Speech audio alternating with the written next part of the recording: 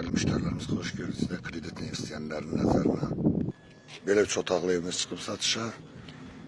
Dediğim kimi kreditine ilkin ödəniş 35 mindən. İnşallah evimle tanış elim size. Girəndə görürüz həyəti. Padvalın altına da tam girişi var. İnşallah geçen evimizin içerisine gösterim tam evi. Kürsülü evde padvalın altında rahat gezmək olur. Girəndə gördüğünüz gibi kalor sistemi de tam laminatla, bahalı laminatla döşənir. Evimiz solda yerleşir, geniş qonaq otağıdır. Tam yaşayışlı məhəllədə. Evimiz yerleşir Binə qəsəbəsində. Bak, avtomat yol adlanan bir yerdir. Yerde çok güzel yerdir, yəni nəmişlik su olan bir yerdir. Burada yerleşir bir yatak otağımız. Yatak otaqları gördüğünüz kimi hamısı genişdir. Sanitar sanuzel qovşağı, aksesuarlarına kimi hər bir şey qoyulur. Təcil satışa çıxıb kreditlə 35 min ilkin ödəniş. Burada bir yatak otağıdır. Qapılarına kimi görürsə hər şey bahalıdır. Burada da mətbəxdir. Mətbəx mebeli də hazırdır.